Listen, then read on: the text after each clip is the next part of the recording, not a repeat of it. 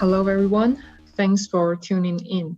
So the title for our talks today is The Next Gen PlugX ShadowPad, a dive into the emerging China-Nexus modular Trojan Pangolin8RAT. So first, I will give a little bit of introduction about ourselves. My name is Silvia, and I'm threat intelligence analyst from Team T5. My research interest includes OSINT, APT, and information operation in the APAC region. So previously, I have presented my research at SANS CTI Summit, Code Blue, HitCon Pacific, and etc. And my co-presenter today is Chang. He is also a threat intelligence researcher from Team T5. So his research interests includes reverse engineering, APT campaign tracking in APAC region, as well as IOC security. So his research can be seen in the JSAC conference. So this is the outline for our talk today. First, I'm going to give you some background information about the modular tools shared among the Chinese APT. And then in the second section, Leon will share an in-depth analysis of this malware named Pangolin8RAT. Recording in progress. So in the second section, Leon will detail the in-depth analysis of this malware called Pangolin8RAT. And then in the third section, I'm going to share the activity timeline, target scope, and the attribution of this APT called Tianwu, which has a strong association with Pangolin8RAT. And then in the final section, I'm going to give you a conclusion, outlook, as well as countermeasure to defend you against this kind of attack. So first, as we all know, PlugX and ShadowPad are among the most famous shell tool among the Chinese APT. So PlugX, it was first discovered in 2008, and it is a RAT with modular plugin, so hence the name PlugX. So since its emergence, it has been used by many Chinese APT groups, including the notorious APT41, also tracked by Team T5 as Amoeba, and it is also been used by APT27, Dragon OK, Polaris, ManualPass, and etc. So the popularity of the malware, because of it, we have also seen a high detectability of this malware. But nevertheless, after its emergence for over a decade, we still see those APT groups using this malware with different kind of variants with different communication protocols. On the other hand, ShadowPad emerged in 2015, and it is also a modular malware. And the relationship between PlugX and ShadowPad has been publicly discussed before. And although there are a lot of similarity between these two malware groups, we also see some difference between them. So first is that the malware ShadowPad is shared within a limited group of actors when compared to PlugX. So in comparison, PlugX is easier to access. And then ShadowPad is protected by layers of encryption and heavy obfuscation. So it means that it has a more advanced anti-analysis mechanism. So some in the security community consider ShadowPad as the successor of PlugX. So in fact, the modular architecture is not exclusive to PlugX and ShadowPad. Over the past few years, we have seen a lot of other malware families that have this kind of feature, or they will share some common characteristic with PlugX and ShadowPad, including the use of KCP protocol, or they will support multiple C2 protocol. And Pangolin8RAT, which is our main topic today, is also among these malware families. What is noteworthy is that those malware are frequently used by APT41, aka Amoeba. We give the group this name because of its ability to constantly change its shape. So over the past year, we have also seen another Chinese APT called Fishmaster, aka Luscar Earth and Tech22. So Fishmaster has some TTPs overlap with Amoeba, but especially both groups have shared the use of ShadowPad, Winty, and Funny Switch. So as we know, 3 of the malware are Modular rat. So when we discovered this Pangolin8RAT in late 2020, we quickly discover its malware overlap between Pangolin8RAT and the malware used by Amoeba. So this part will later detail by Leon. So we have categorized the cyber activity that use Pangolin8RAT into this Chinese APT group we name as Tianwu. So this is a profile of Tianwu. So we believe its origin is from China. And then apart from the use of Pangolin8RAT, they also heavily use custom Cobalt Stripe beacon. And then its TTP, including the use of modular malware, KCP protocol, and phantom DLL hollowing. So far, its target region mainly was in the APAC region, and the industry have spanned across different industry, and that will be detailed later. So in the next section, I'm going to hand it to Leon, and he will give you in-depth analysis of Pangolin8RAT. So hi, I'm Leon. Now I will introduce the detailed analysis of Pangolin8RAT, including the evolution of malware profile. So first, I will quickly introduce Pangolin8RAT malware profile. Pangolin8RAT is a modular type of backdoor. We found that Pangolin8RAT developers have continued updating the malware's function since late 2019. We named this Trojan Pangolin8RAT because its PTP string contains Pangolin and its runtime type information contains PA-RAT. Its functionality can be expanded by downloading DLL from its C2 server. Its earlier version supported a communication protocol. We believe this rate is still under development as we observe its latest version support more than 8 protocols, and developers continue to use new techniques to evade detection.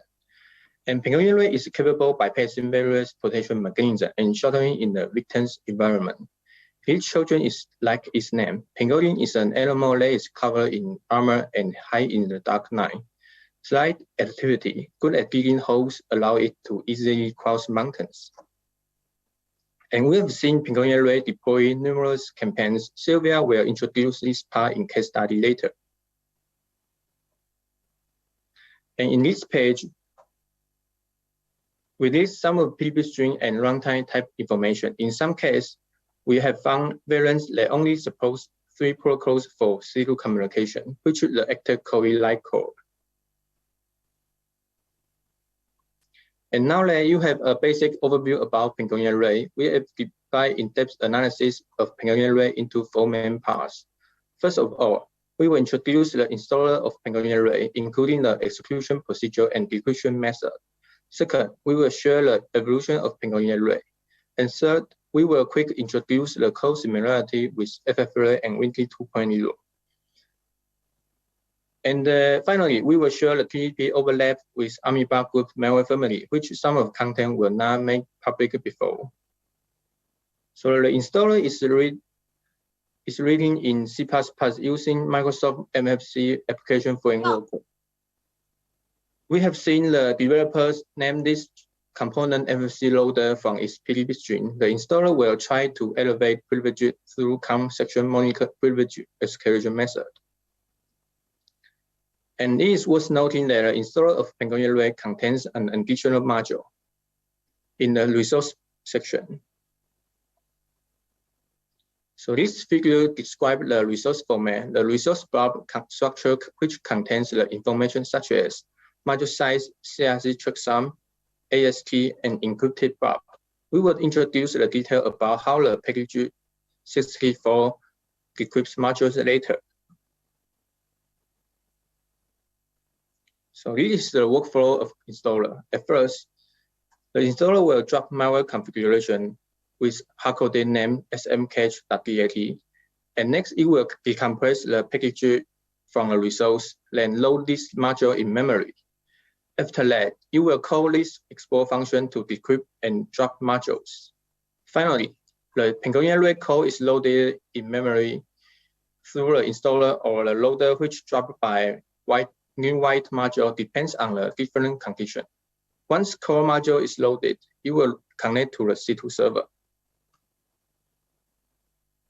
And here is the module decryption procedure. At first, it calls deprecated Windows API for decrypt the payload. Then call RTL decompress buffer for decompression. Finally, it will check the CRC checksum of decrypted module. There are some version changes in 2021 installer of Pangolin8RAT, which includes merge this function into installer and set the key parameter IB with using hardcoded string.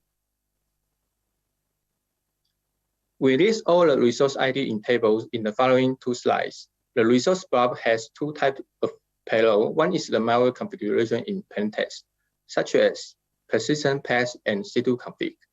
And the other one is encrypted module, which use the decryption method described in previous slides. We have seen the USC bypass module and the new white module is for loading Pangolin8RAT code by using clear hijacking technique. And in this table, we haven't seen the last three resource ID tag with asterisk, but we found that they are listed on the AWS research blog. You may refer the link for more detailed information. And we summarize the evolution timeline of Pangolin8RAT. We believe that the Pangolin8RAT has been developed since 2019 until now. Before 2021, the actor used several evasion techniques from EDR detection, such as phantom DL harrowing technique or check-loaded EDR driver. Basically, the code is modified from open source repository. And we will introduce notable techniques mentioned in the observed case studies later, such as local shellcode injection or how they kill EDR process. In case one, first, we found that Pangolin8RAT no longer use hardcoded AES IB value because the resource blob contains the AST and IB value, which use hashtag as delimiter. Second, it used local shellcode injection technique to bypass EDR detection, and this method is mentioned publicly before. As you can see, the loader of Pangolin8RAT run the shellcode in memory through the Windows callback function enum system code page W. Third, the malware developer convert Pangolin8RAT code to shellcode. We found the PPT string in the decrypted shellcode, which is P to shellcode and native loader. Here is the workflow of Pangolin8RAT observed in March 2021. Once the shellcode runs, it will load Pangolin8RAT code in memory. It is worth noting that some of module only exists in memory, and this is the first time we have seen the plugin manager module and online module from C2 server and manage. We believe all the plugin was downloaded from C2 server and managed by the plugin manager.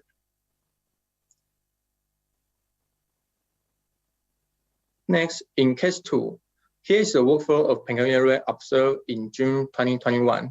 Since these are fileless modules, we can only extract from the process and analyze this module as much as possible to restore a complete workflow. We will introduce the changes between case 1 and case 2. First of all, in the code refactoring part, we found that loader of Pangolin8RAT was from Pangolin8RAT core. The loader will connect to the C2 server, that is why we call this component Pangolin8RAT stager. As for code plugin manager, it is divided into the Pangolin8RAT core and plugin manager. Second, the C2 config is encoded and stored in different resource ID number. And the third is the actor added the persistent path in the C2 config structure. Finally, we observe 3 new plugin modules in case 2. First is the show command module. Second is the file manager module, and the third is online module, which is built for collecting infected host information. We also found that files which is related to persistent mechanism. After our analysis, we summarize the process into 5 stages. In the first stage, we observe that Pangolin8RAT is using. In the first stage, we observe that Pangolin8RAT use the non-persistent method, but it is rare in real incident case. Then you use the same shellcode injection technique to bypass EDR detection. Next, you use the tiny AES operation to replace the deprecated Windows API to decrypt the payload. And once the decrypted DLL is low in the memory, you will exploit the vulnerable kernel driver, which is RT core for local privilege acceleration through the CV 2019-16098. And finally, you will create projects with system privilege. And the case 3 is mainly focused on the new custom loader, Ketugia, which might be related to Pangolin8RAT. We have seen Ketugia samples circulating in the wild since this year, February. Ketugia was named after the PTP string of final stage, DL. The actor used multiple evasion techniques in the Ketugia. We noticed that Ketugia will check specific vendor of antivirus process before executing the malicious code. We will introduce some latest evasion techniques and decryption method in the following slides. So this workflow describes how Ketugia decrypts the payload, and this method is the same one as the persistent part in case 2. We divide method into 6 steps just for your reference if you are interested. If the decrypted DL is not the final stage, you will back to the step 1 and repeatedly run the aforementioned steps again. And these slides mainly focus on the latest and special techniques used by Ketugia. They use 2 latest techniques. One is able to kill EDR process. We found that actor has well development capability and is on-chain because this technique is just disclosed by Alex publicly, and they use this in their malware in time. This technique is able to kill Windows Defender process once it successfully modifies the token PPL, protected process light process to untrusted. And you may refer to the link for further technical detail information. And the other one is anti-IDAPO decompiler technique. We found that actor inserts some junk code into Ketugia, which will cause decompilation failure because the stack frame is too big. It's interesting that we have seen this similar code in the Linux variant of network used by Amoeba recently. We will introduce this part in the end of this session. Now I'm going to introduce the code similarity among Pangolin8RAT, FFRAT, and WinKey 2.0. The following research is based on these 3 sample analyses. We divide the analysis into 2 parts. Firstly, we suspect that the actor have FFRAT source code because we found that the code reused between Pangolin8RAT and FFRAT. One is the similar code that only changes XOR key, and the other one is Pangolin8RAT reuse the FFRAT proxy connector class code. It is interesting that actor even didn't remove the debug string. As for second part, we noticed that FFRAT and WinKey not only use the same debug string, but the workflow is also similar. Given that the number of the samples are not that much, we suspect that FFRAT and WinKey 2.0 might be developed by same group, or the source code has been only shared to specific group. And here's the screenshot of the code demonstrate the code overlap between Pangolin8RAT and WinKey 2.0. As you can see, the code structure is very similar. They just use the different hard-coded key value. Next, the second part is about dead-drop resolver technique they use. This feature is designed to dynamically resolve the second C2 server configuration, which can protect the C2 infrastructure from discovering through malware analysis. We found that similarity of dead drop resolver function among Pangolin8RAT, FFRAT, and Win3 2.0. We divide dead drop resolver mentioned into 4 steps. In step 1, you will try to connect the first stage server to get the encrypted string. Next, in the step 2, you will pass encrypted string with hardcoded delimiter. Then convert data to bytes and decode the string. And finally, you will resolve the second stage C2 IP address if the C2 string is domain name. And it is worth noting that the length of hardcoded delimiters is the same amongst these 3 malware families. This workflow is quite similar between Pangolin8RAT plugin and FFRAT. As you can see, they just changed the XOR key. As for Win3 2.0, you use RC4 to decrypt the string instead of using simple XOR operation. So the other highlight part in this session is the TTP overlap with Amoeba malware family. We mainly focus on the 5 TTP used by Pangolin8RAT, which is overlapped with Amoeba malware family that we observe. The following 2 slides are TTP as a reference, which can help you to relate with malware connection map. First is the phantom killer Halloween technique. We have not yet observed many APT groups using this technique. We found that thread loader, aka DC vector, is the custom loader which has many functionality, including ETW bypass and phantom killer Halloween technique. We noticed that network is one of the vectors loaded by the thread loader. If you are interested in phantom killer Halloween technique, you may refer to one of my colleague Aragon's presentation on VB 2021. And the second part is the anti-IDA-Pro decompiler.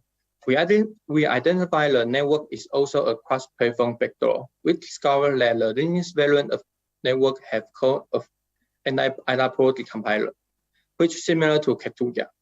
In addition, we also confirmed that Spectre botnet is the predecessor of network because they have code reuse as well, but we don't have evidence that Spectre is developed by Amoeba currently.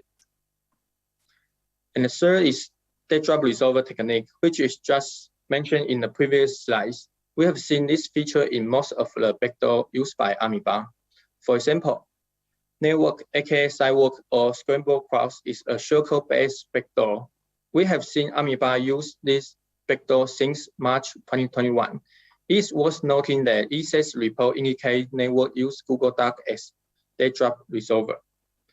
In addition, we have observed other malware family abusing legitimate web service in the past, such as ShadowPad, PlugX, and a variant of Win3 use Microsoft Developer Network followings as a dead drop resolver.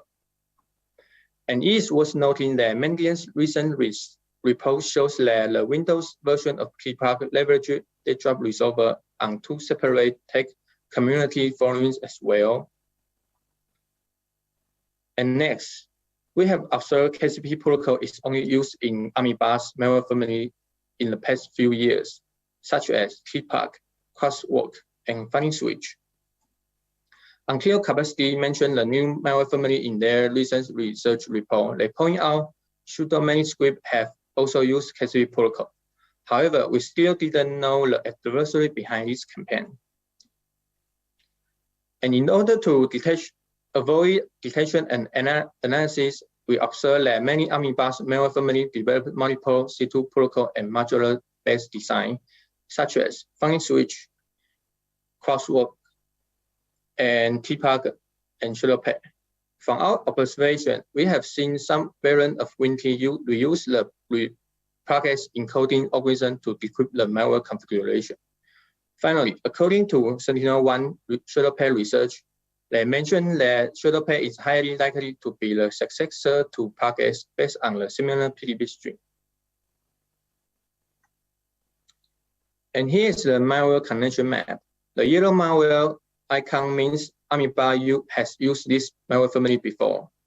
The blue-gray malware icons mean the adversary is still unknown.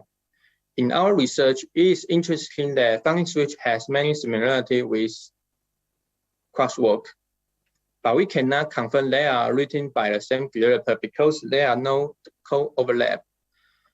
Next, we observe that key packet is related to the low key used by Amoeba. Based on our analysis, we have medium to high confidence that key packet reuse the low key resource code.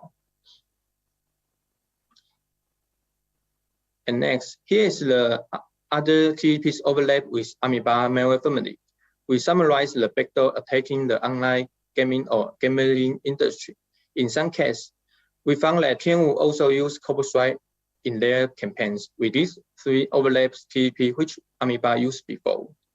First one is they were abusing Cloudflare worker to hide the real C2 IP address, and they also modify the XOR key for C2 configuration.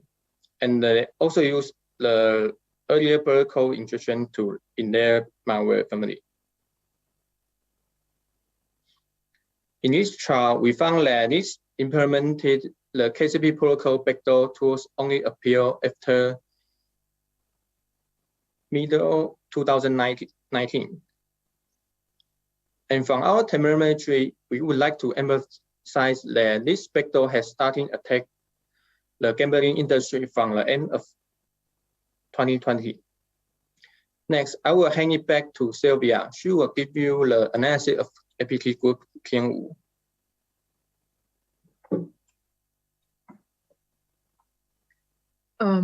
So what Leon presented just now has shown you that we might have entered the new era of Chinese APT analysis. So the first trend is that we are observing an increasing intricacy of malware family. That is, the shared similar techniques and structure are observed across different malware families. And then second is the increasing tendency of malware sharing between different groups. So we suspect that there might be some kind of malware as a service operation mode among those APT groups. So with that in mind, we tentatively group all the actors that is using Pangolin8RAT into this APT group called Tianwu. So so Tianwu, it is not a typical APT group that has a clear grouping or definition. In the past, we tend to assume that this kind of nation-state APT group are cyber army under the direct command of military or intelligence unit.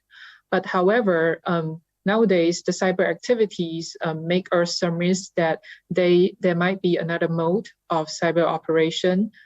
It means that maybe more and more civilian hackers are participating in this threat landscape. So we name this group of actors with this beast in the classic of mountain and sea. So Tianwu is basically a beast with 8 human heads, 8 feet, and 8 tails. So this resembles with the modular feature of Pangolin8RAT, as well as resembles our speculation that this group might be an amalgamation of different group of actors. So these two pie charts show the target industry and region of the Tianwu actor. So as you can see, although most of the attack are directed at the gambling firms, but we have also seen their attack against other industries such as telecom, government, transport, and dissident. And as for target region, from our database, we see most of the attacks are in the APAC region, but we have also seen their footprint in Kazakhstan. So this activity timeline summarizes the notable campaign of Tianwu actors over the past year. And this slide summarizes the TTP we have seen in this campaign. So first, in the delivery method, we see that the actors have excellent social engineering skill, and they are equipped some new type of phishing that is using the forum to send malicious files. And as for malware abuse, like I said before, it is Pangolin8RAT and Copperstripe Beacon. And as for the C2 infra, we have seen them repeatedly use the typo squatting technique to disguise their C2 as legitimate website, and some of their C2 are hosted on VPS, and we even see the recent C2 activity indicate possible abuse of Log4j. And the advanced researcher also once pointed out that the group might have abused the exploit of WPS Office, which is a document software that is popular in China. And another interesting thing is that from an open directory owned by Tianwu, we see the group has possibly exploit a Chromium vulnerability. So next is some notable case of Tianwu's attack. So this slide shows you Tianwu's months-long campaign against a telecom operator in Kazakhstan. So the victim is actually a very famous Russian telecom operator. So we are not ruling out the possibility that the actors might be launching attack against its other branches in the Eurasia region. So in this case, it is interesting that they disguise their C2 domain as the domains of the victim.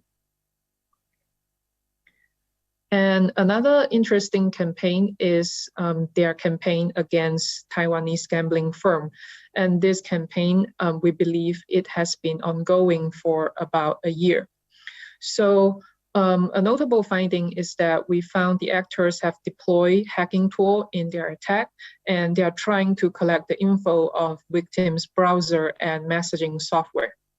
So actually, the online gambling firm is not typical target of APT in the past, but the deployment of hacking tool indicates that now this gambling firm might be the target of this APT for espionage operation. So by the way, if you are interested in APT attack against online gambling industry, you can refer to our colleagues' session tomorrow. So in the next one is its attack against Taiwanese transport industry. So what is notable about this attack is that the C2 was disguised as the enterprise management software used by the victim. So this indicates that the actors are precisely targeting the victim. And another thing is that we have seen the same C2 infra was used in attack against gambling firms in the Philippines. And this is a case where the actors are using social engineering skill to launch their attack. So we have seen the Tianwu actors, they disguise themselves as staff from a Taiwanese IT company, and they have posted on a forum and to ask how to put advertisement on abolowang.com. So as some of you might know, this abolowang.com is a famous anti-CCP news website. So we suspect that the actor is luring the staff from this website and trying to send them malicious file by asking how to put advertisement on their website. So from the C2 infra used in this campaign, we discover an open directory on the C2. And here's the list of files that is found on the open directory. And some of the multiple files possibly indicate the use of an unknown Chromium exploit targeting the Chromium-based browser user. So we suspect might be the user of QQ browser might be one of their targets because it is Chromium-based. And then we also found a malicious WeChat Chrome extension. And this malicious Chrome extension, upon execution, it will lead to the installment of Pangolin8RAT and Stripe beacon.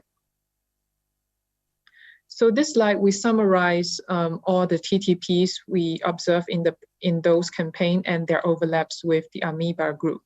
So as for delivery method, both groups have used the forum phishing. And as for the malware abuse, this has been detailed by Leon just now. And both groups have abused Cloudflare workers to hide their real C2 IP address. And as for targets, both groups have displayed their interest in online gaming and gambling industry. So attribution, we think that Tianwu, it is possibly operate like Amoeba. So as we all know, the amoeba group, the APT41, was indicted by the US Department of Justice, and it was disclosed that some of the actors are actually staff from a front company in China. So we suspect the operation mode might be like that, and they are maybe operating big projects from the authorities and conducting espionage or domestic surveillance for the authority. But please note that so far we don't have evidence to support this theory. And another possible scenario is that there may be a subgroup of amoeba because of the similarity between the two groups. But also, so far we have not seen shared infra and tools. So this we hold a low to low confidence. So another interesting finding is that from another open directory owned by the group, we see the actors have actually collected information of the victim, including account credential, software source code, and business info. So this finding led us to believe that the possible involvement of the actors in cybercrime. So to sum up all the findings in our research, we think there is a new trend in the threat landscape. So first, it is that the difficulty of pinning out actors' motive, because as you can see, Tianwu actor, they don't actually have a consistent target or a clear motive. So maybe the operation is outsourced by the authority. And then second is that the operation will follow some of the operation is following the Chinese authority crackdown campaign on those industry, and it is possible they are collecting information for the crackdown campaign. And last, it is also possible that those actors are civilian hacker, and the collection of source code might be them aiming for personal financial gain by selling the source code in the underground market. So this diamond model slide summarizes the technical axis and social political axis of Tianwu's operation. So here's come to our conclusion today. So first, Pangolin8RAT could be the next generation PlugX and ShadowPad, because as we can see, this modular feature RAT are becoming more and more popular amongst those nation-state actors, because this kind of mode will reduce the cost of developing malware, and it also increases the difficulty for researcher to track down the identity of the actors, and also the grouping is become more difficult. So maybe, for example, ShadowPad is shared among limited set of users. So maybe this malware are only sold to those nation-state actor. And those tools might be used in both espionage and financially driven operation. And another one is what I've mentioned before is the new mode of APT operation. So because of the trends of malware sharing and then the intricacy between malware families, so we believe we will see more and more similar mode in the future.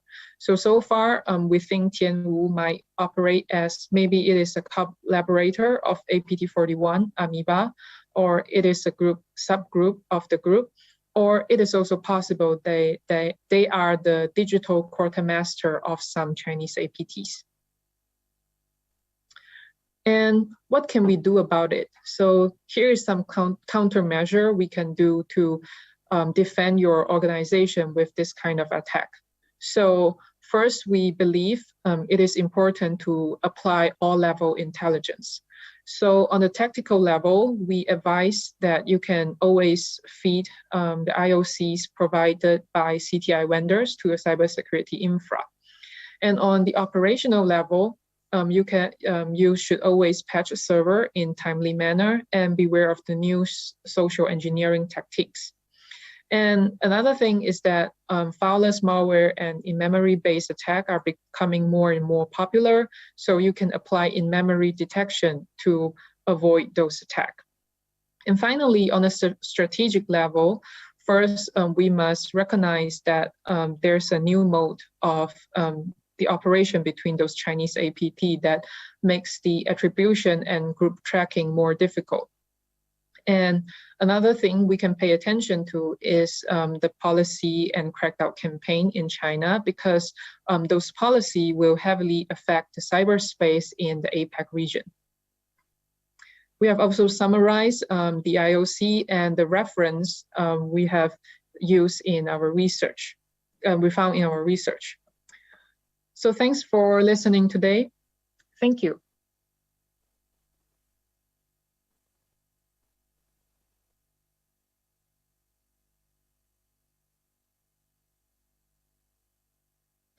We will now proceed to Q&A. For those of you that are here, if you have any questions, please head up to the podium microphone to ask your question.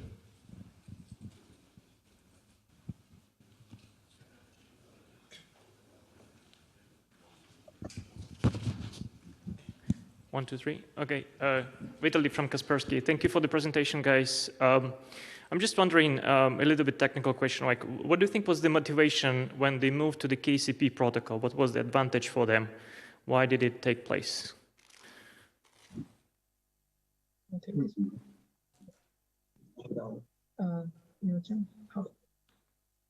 Okay, I'm Yang. Because we suspect that the director will try to use unusual protocol for avoid detection, because it can provide it can decrease the chance there will be code in the firewall or some security check. Yes.